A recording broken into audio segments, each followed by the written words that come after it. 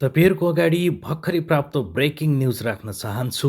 मुख्य सचिवको अध्यक्षतामा बसेको नेपाल सरकारका सचिवहरूको बैठकले कर्मचारीले पाउँदै आएको बैठक भत्ता कटौती गर्ने निर्णय गरेको छ।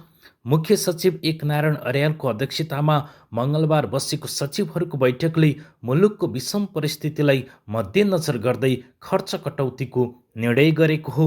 यसैगरी बैठक भत्ता कटौतीसहित कर्मचारीको सङ्ख्या समेत 20% घटाउने निर्णय गरेको छ। यो करिब 10,000 कर्मचारी कटौती गर्ने सरकारको तयारी छ।